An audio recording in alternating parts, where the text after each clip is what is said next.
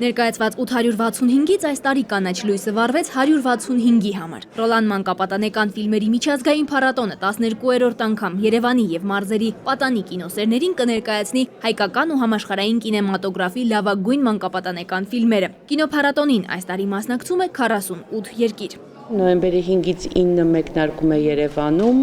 մանկապատանեկան արդեն թվով 12-րդ միջազգային փառատոնը եւ մեկնարկից հետո 5 օրվանից հետո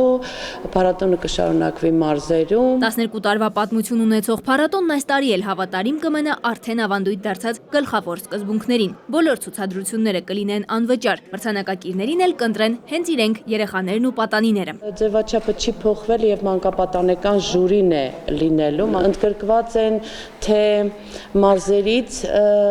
մարզերից, ուրեմն երեխաներ եւ պատանիներ,